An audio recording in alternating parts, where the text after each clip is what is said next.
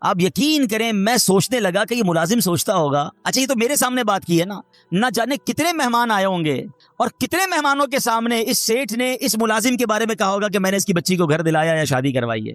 وہ ملازم روتا نہیں ہوگا کہ یا اللہ کاش تو مجھے ایسا نہ بناتا کہ میں ہر بار ذلیل ہوتا ہوں اپنے سیٹھ کے آگے۔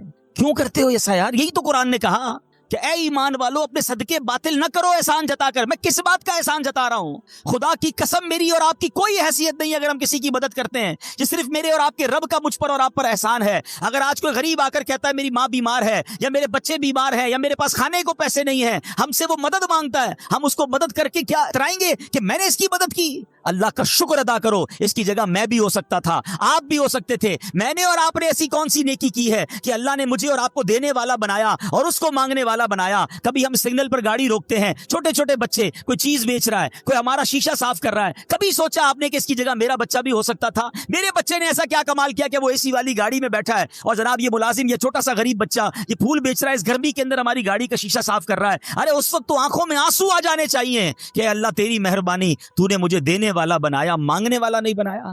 مگر ہوتا یہ ہے کہ ادھر دینے کے بعد لوگ اترا رہے ہیں، لوگ جتا رہے ہیں، لوگ احسان بنا رہے ہیں کہ جناب میں نے دیا ہے۔ یہ کبھی مت کرنا، اللہ جب چاہے تم سے سب واپس لے سکتا ہے، وہ اسی کا دیا ہوا ہے۔ اگر عقل سے پیسے ملتے ہوتے، ہوشیاری سے پیسے ملتے ہوتے تو دنیا میں بہت بڑے عقل مند لوگ ہیں جو بیچارے غریب ہیں اور انگوٹھا چاپ لوگوں کو اپنے اربوں پتی بنتے دیکھا۔ یہ اللہ کی عطا ہے۔ وَتُعِزُّ مَن تَشَاءُ وَتُذِلُّ مَن تَشَاءُ بِيَدِكَ الْخَيْرُ ہے۔ اللہ نے نصیب میں اگر آپ کا اچھا لکھ دیا ہے تو اس پر غرور نہ کرنا، اس پر تکبر نہ کرنا، اس پر اترانا نہیں اور کسی کا دل نہ دکھانا۔ سچی بات یہ ہے اگر مجھ سے کوئی زکوٰۃ لے جاتا ہے تو اس کی مہربانی ہے۔ زکوٰۃ تو مال کا میل ہے نا، وہ میرے مال کا میل لے کر جا رہا ہے، مجھ سے ایک فریضہ ادا ہو رہا ہے۔ کاش ہم جہاں جہاں مدد کریں، دینی اداروں میں کریں، غریب لوگوں کی کریں، کسی پر احسان نہ جتائیں، یہ فیل نہ کرواؤ کہ میرا احسان ہے میں تمہیں دے رہا ہوں۔ ارے اگر مجھے بھی رب نہ دیتا تو میں کہاں سے دیتا؟ یہ تو میری ڈیوٹی تھی مجھے دینا ہے۔ تو کاش یہ بات سمجھ آ جائے کہ چاہے صدقہ خیرات کی باری ہو تب بھی نہیں جتانا ہے، تب بھی کسی کا دل نہیں دکھانا ہے۔ اور پھر اسی آیت میں یہ سمجھ لیجئے کہ اپنی عبادتوں کو سنبھالنا ہے، ریاکاری نہیں کرنی ہے، دکھلاوا نہیں کرنا ہے، کیونکہ یہ دکھلاوا یہ سب کچھ برباد کر دے گا۔ اللہ کریم مجھے اور آپ کو اخلاص نصیب فرمائے۔ آخری جملہ کہہ کر اپنے بیان کو ختم کر رہا ہوں، کاش اس کو آج کے دن میں کچھ بار دہرا لیجئے گا۔ ایک سوال ہے میرا یہاں موجود اسلامی بھائیوں سے بھی اور جو مجھے سن رہے ہیں ان سے، تو آپ سب سے میرا ایک سوال ہے، آخری بات کرنے جا رہا ہوں۔ ایسی کتنی نیکیاں ہیں میرے اور آپ کے پاس جو صرف میں جانوں اور میرا رب جانے؟ یہ ضرور سوال کیجئے گا اپنے آپ سے، غور کیجئے گا کہ ہاں یار ایسی نیکیاں تو نہیں ہیں، میں نے جو کچھ کیا کسی نہ کسی کو بتایا ہے۔ اگر نہیں ہیں تو آج ایک نیت کر جاؤ کہ آج کے بعد کچھ نیکیاں ایسی ضرور کروں گا جو فقط میں جانوں اور میرا رب جانے۔ مدد کریں، کبھی کبھی ایسی بھی مدد کر دیا کرو کہ مدد کرنے والے کو بھی پتہ نہ چلے، مدد لینے والے کو بھی مجھ سے میری مدد کی کس نے ہے، میں جانوں میرا رب جانے۔ احسان کیوں جتائیں؟ اللہ پاک مجھے اور آپ کو اخلاص کی دولت نصیب فرمائے، ریاکاری سے محفوظ فرمائے، شیطان کے واروں سے بچائے۔ اللہ پاک ہم سب کو عمل کرنے کی توفیق عطا فرمائے۔ آمین بجاہ النبی امین صلی اللہ علیہ وسلم۔